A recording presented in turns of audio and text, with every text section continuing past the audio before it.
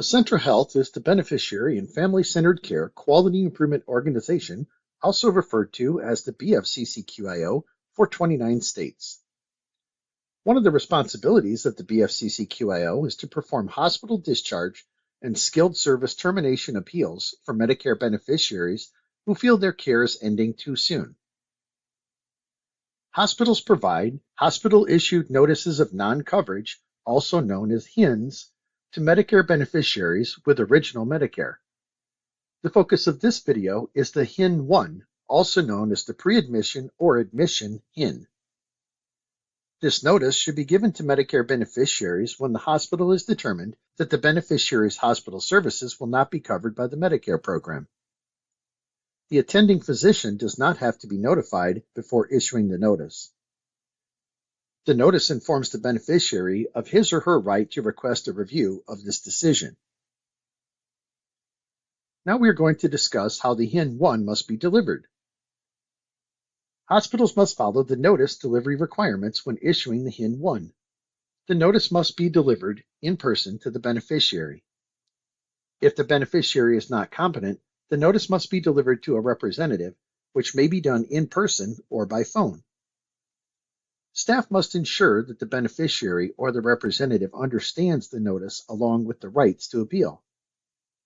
The notice must be signed and dated. If the beneficiary refuses to sign, that must be noted on the notice.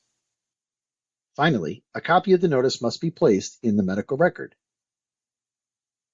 The pre-admission HINN is usually delivered before the beneficiary arrives or is admitted to the hospital. The beneficiary will not be covered for any hospital services except those under Part B. The admission HINN also must be delivered by 3 p.m. local time or earlier on the day of admission, and the beneficiary will be financially liable for all services furnished after receipt of the notice except those under Part B.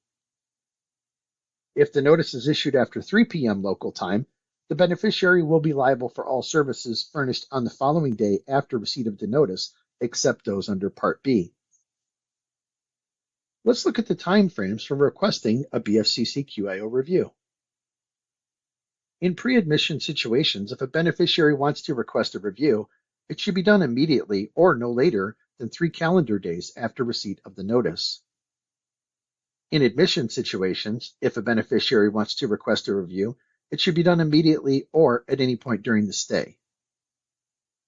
Now let's look at the BFCC-QIO determination and financial liability with the HINN 1.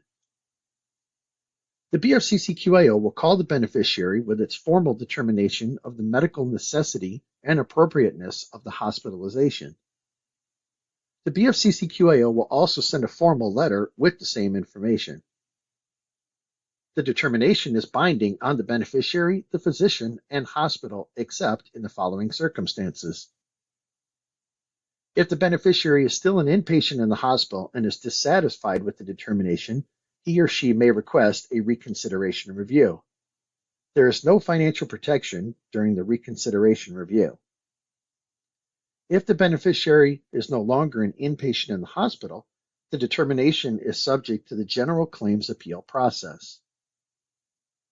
If the BFCC-QIO disagrees with the hospital's determination and says the stay is reasonable and necessary, the beneficiary will be refunded any dollars collected except applicable coinsurance and deductibles and convenience items or services not covered by Medicare.